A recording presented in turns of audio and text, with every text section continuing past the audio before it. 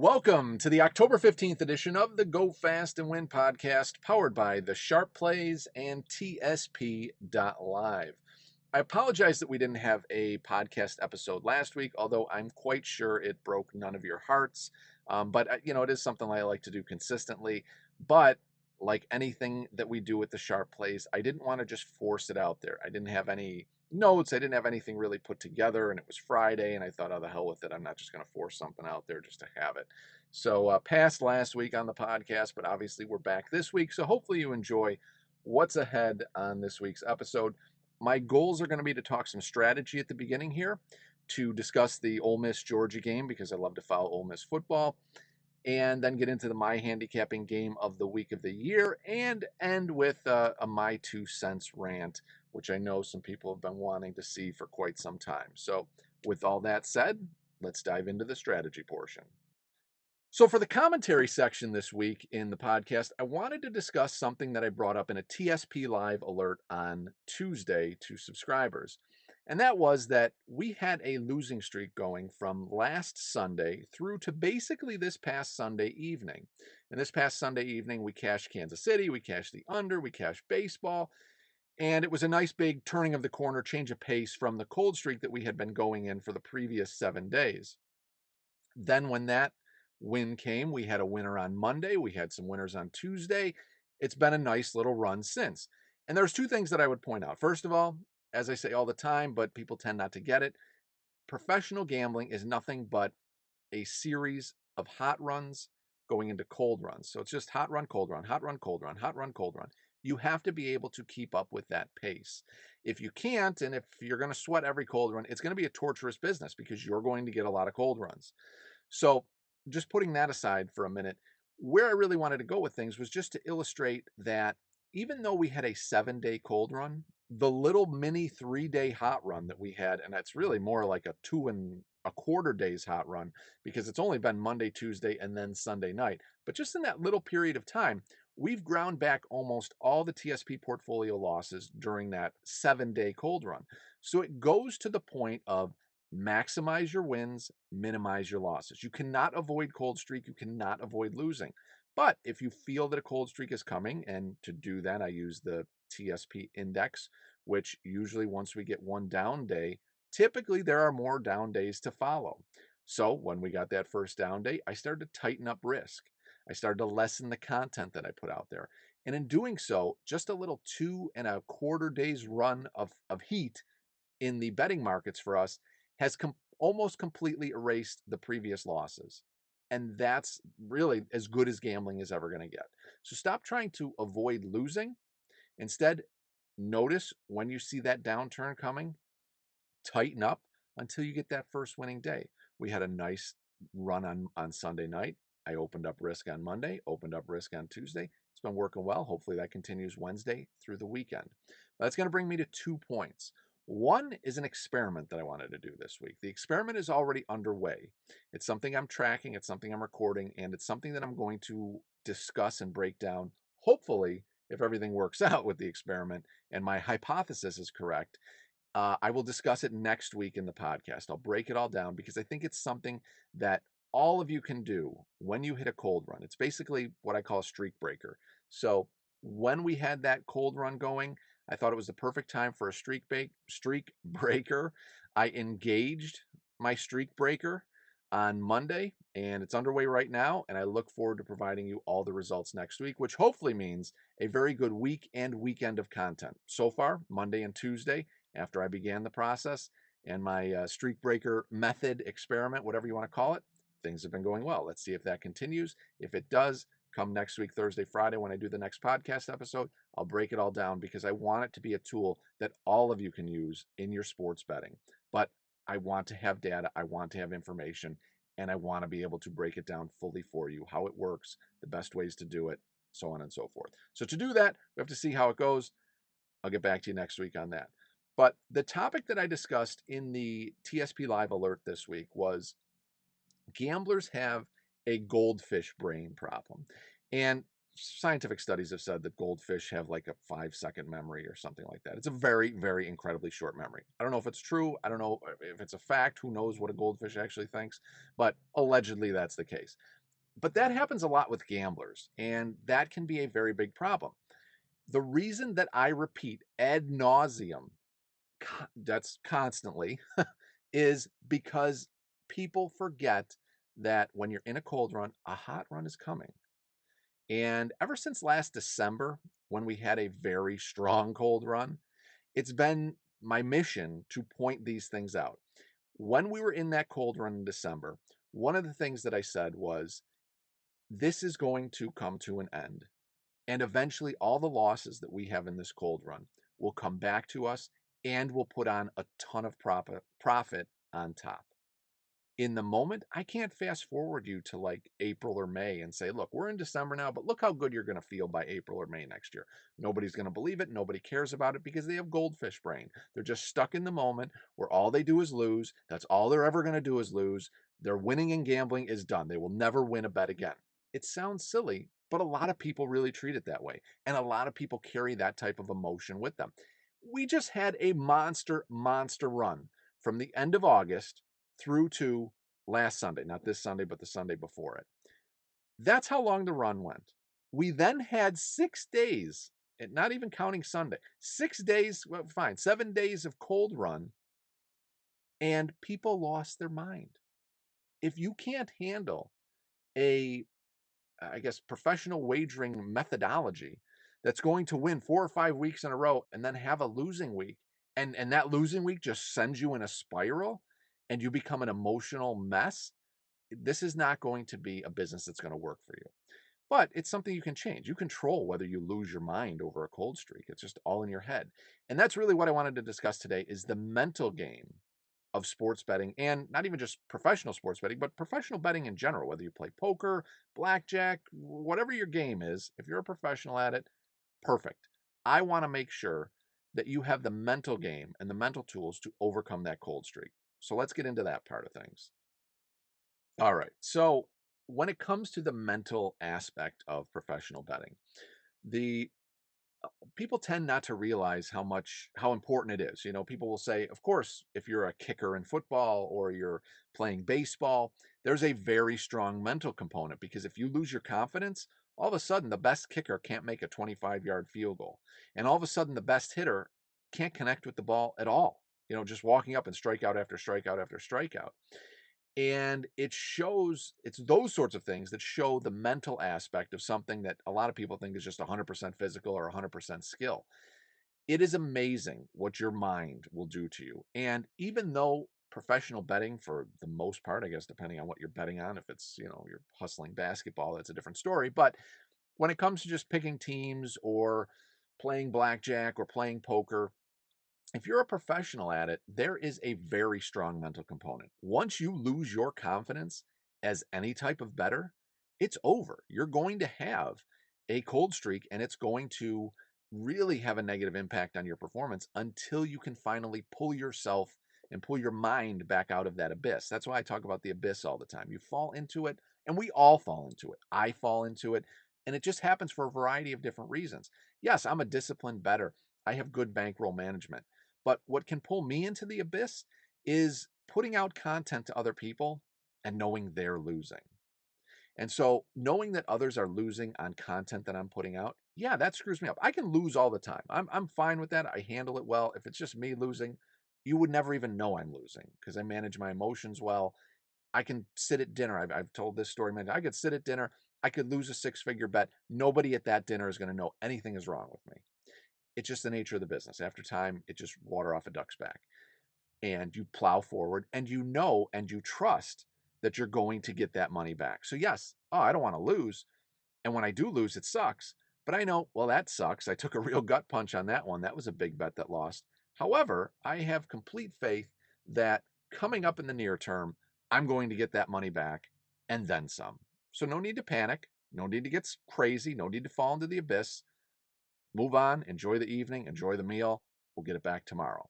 You got to get to that point in your game to move forward and to increase your performance to a high level. If you start to lose it at every loss, it's easier to fall into that abyss. So, with all that being said, what I want to talk about today is how to avoid the abyss that you find yourself in. To share an example of to share an example of one of my abyss mode sessions, go back to 2019, the Robinhood Club. Back then, the sharp plays would sell selections for $25, and you would have a 1 unit guarantee. So if the selection lost, we would continue to give you free content until you had a net profit of 1 unit. So it was basically like one selection. If it won, obviously you got your 1 unit there. If it didn't, then the quote Robinhood Club would open, and this would be a daily selection service with a bunch of different selections, content, etc., that would come out. And until that content delivered 1 unit of profit, it would continue to go on and on and on. It worked for a very long time without any issues. I would say I think there were about 14 to 16 Robinhood selections. Either they won on the first one, or if they didn't, the Robinhood Club came in, and after a couple days, whatever, you'd get that 1 unit of profit, and that was it. It was something a lot of people liked. Well, in November of 2019, there was a Robinhood Club selection. I remember it distinctly. It was on the Philadelphia Eagles with Carson Wentz. They could have won the game. They were, I believe it was like first and goal on the 3.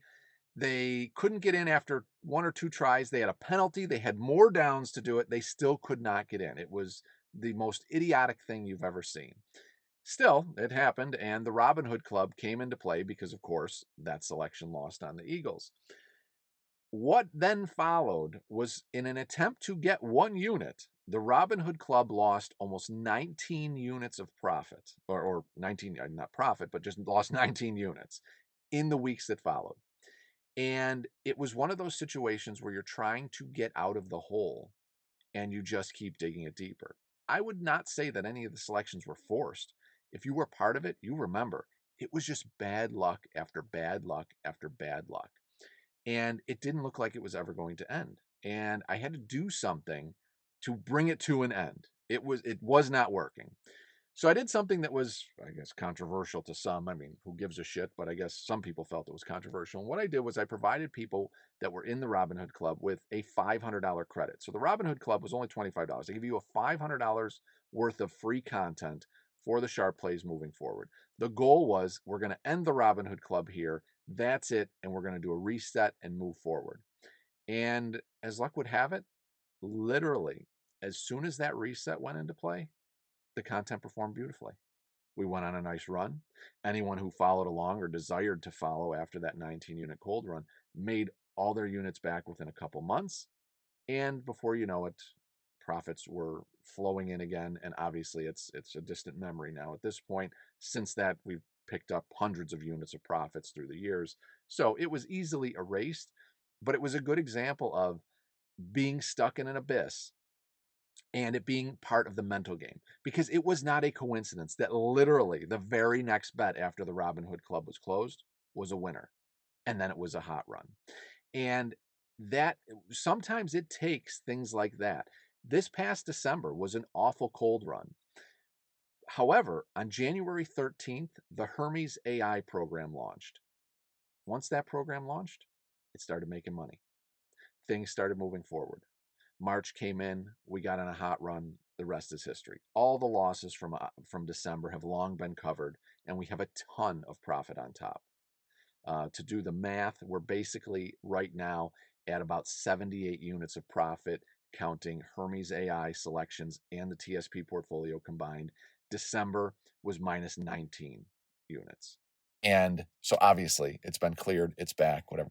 But it just shows you these little things. It doesn't have to be that you quit or whatever, but it does take a reset. In the case of December, I think the reset was the Hermes AI program. It brought in some momentum, it brought in some energy. It made things, it brought out a positive vibe to the whole sharp plays. And that changed the way things went. And so you have to do that in your betting. So you might say, well, how do you do that?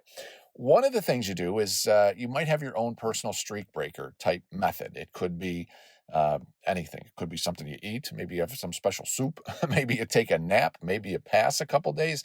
Whatever that is for you, engage in that. Find something that you enjoy that gets your mind off betting, off sports betting, off any type of any sports or betting, and go and enjoy it so that you can get your energy back, so you get your mojo back for the game. You come back with a clear head and you're ready to move forward. Everybody should have some sort of streak breaker idea. I'll share mine next week, and hopefully this is a strong weekend ahead and it will make for a great episode next week as to how the streak breaker worked. But it's just got to be something you enjoy. What works for me is definitely not going to work for you or may not work for you. So find something you enjoy, put that together. It's basically a break from your betting to clear your head. Figure out whatever that is for you. One of the things that I've also talked about that I started engaging in back in March of this year, and I've seen a tremendous increase in my performance in betting and in a lot of different aspects of life in general, business performance, betting performance. I have other projects that I do outside the sharp plays that I work with, performance there improved. And again, similar to these little streak breaker things or in getting out of the abyss, I think that made a difference. And for me, it was meditating. It's something that someone told me years ago. I want to say it was probably about 15 years ago. They said, if you're going to be a professional gambler, you really need to meditate every day. It clears your head, it gets you centered, blah, blah. Oh, this is stupid. I never did it. But in that December cold run this year, I started thinking about what the hell can I do? What tools are out there to reset? And I remembered the meditating discussion that I had. And I still didn't do it in December because I was too busy trying to get out of the cold. And finally, things had cleaned up a little bit by February. And I said, okay, it's March Madness is coming up. I'm going to do this meditating thing. And I did. And March and April were the best performing months of the year. Is it a coincidence? Maybe.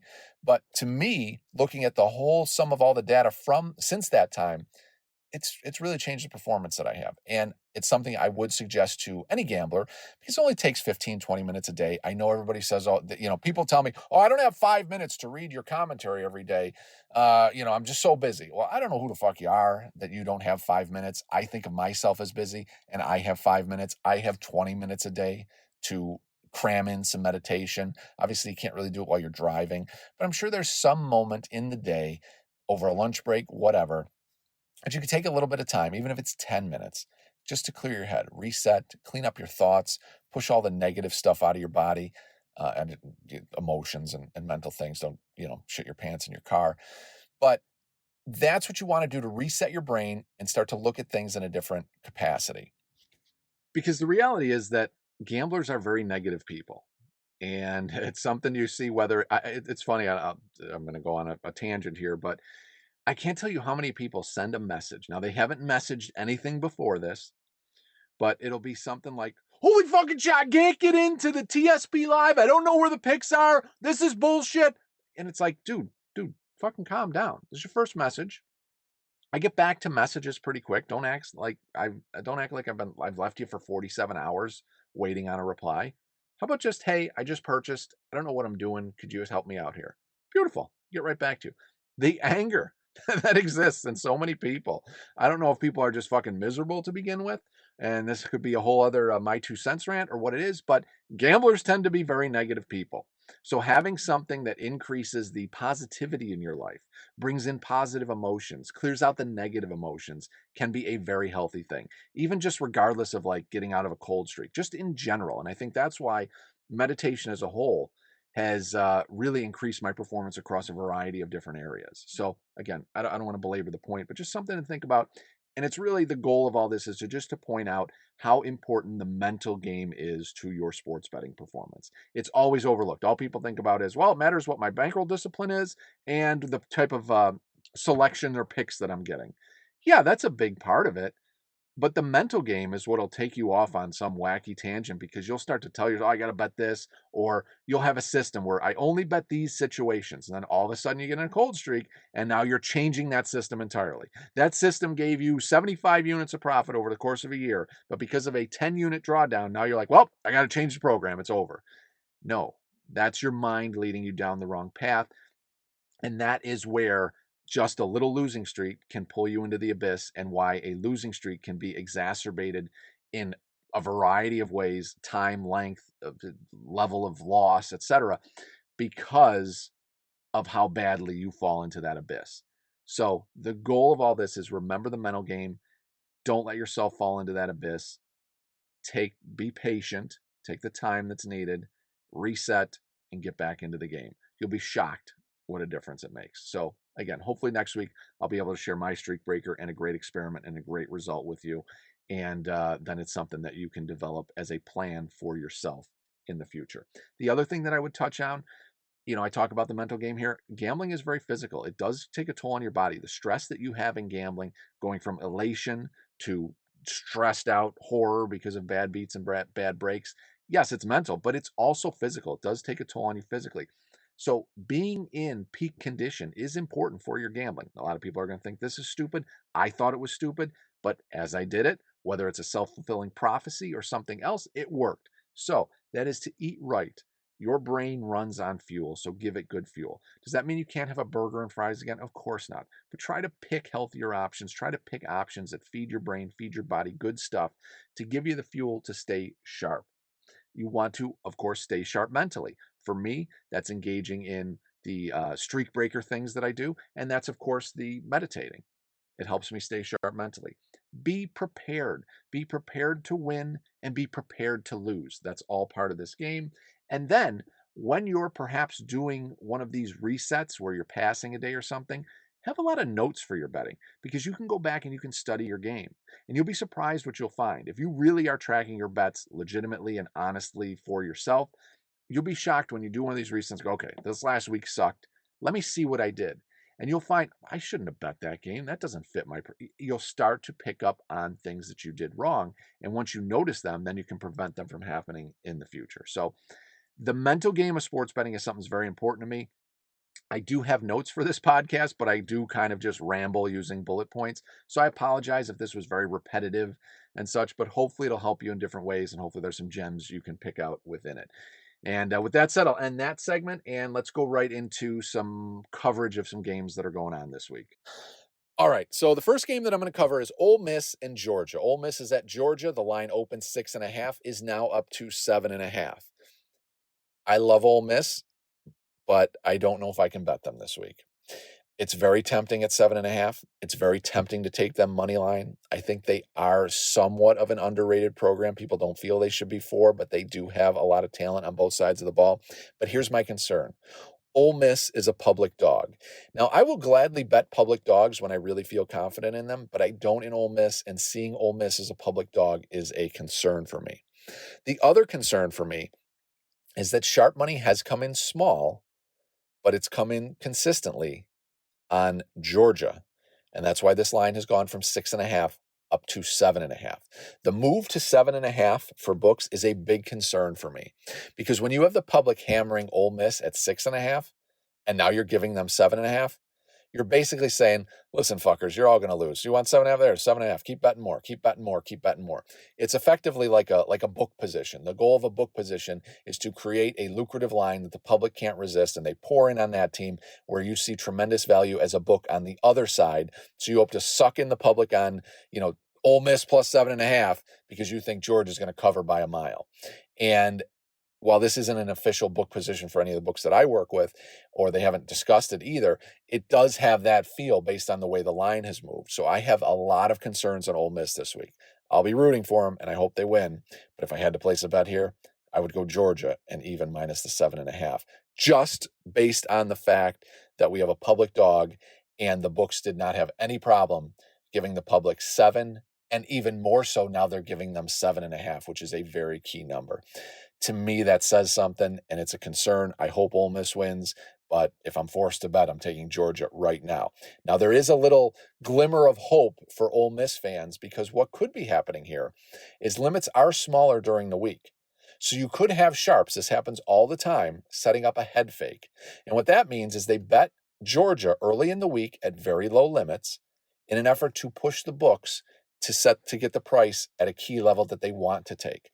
So you could have sharps pushing Georgia up to 7.5. And then come Saturday, you have massive sharp wagers that hammer Ole Miss at 7.5 and at 7. And then that was their real goal. I guess that perhaps that's just my Ole Miss optimism that it's a possibility, but it definitely is a possibility and it happens every week. So it's something to think about here.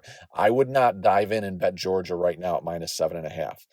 Let's see how the week plays out. By the end of the week, come Saturday, when this game is about to kick off, we could have a Hermes 87 score on Ole Miss. You just never know.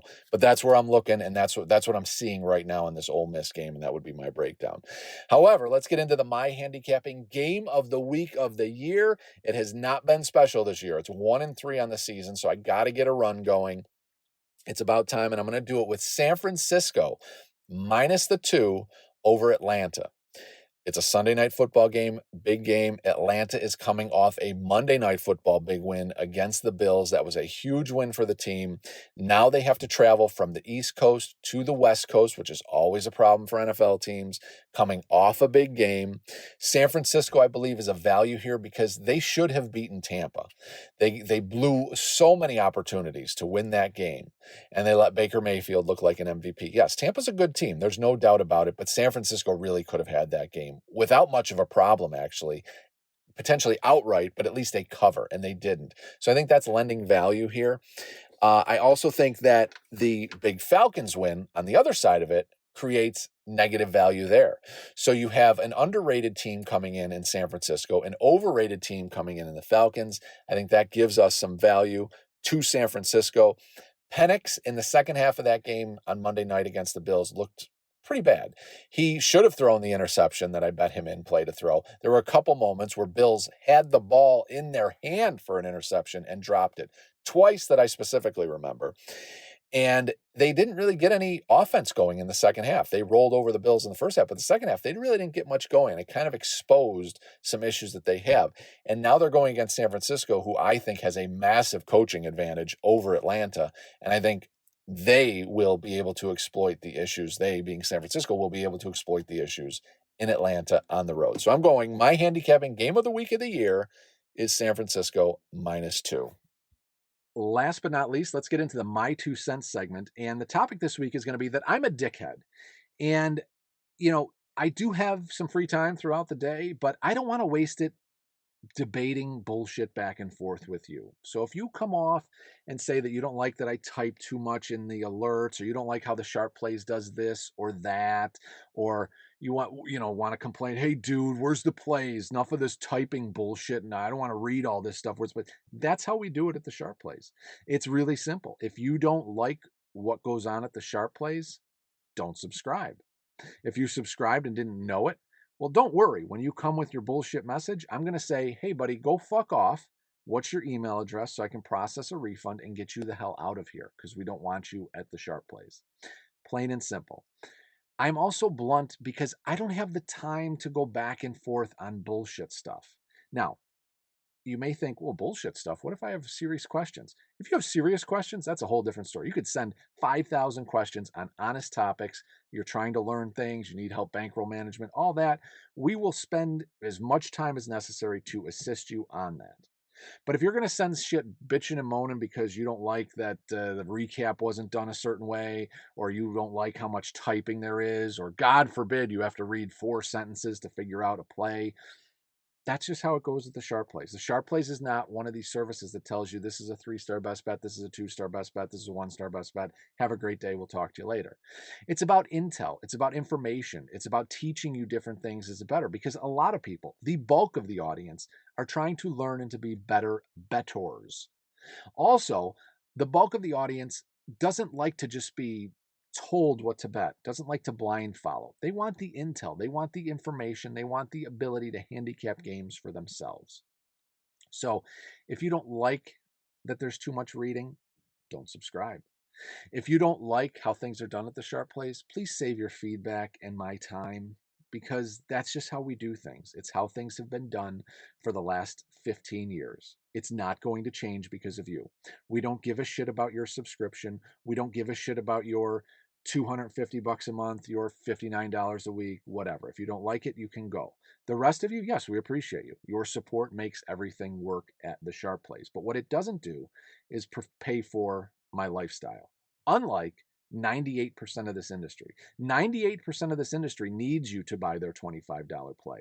They need you to buy their $50 play. They need you to buy their $249 subscription, because they don't win at sports betting.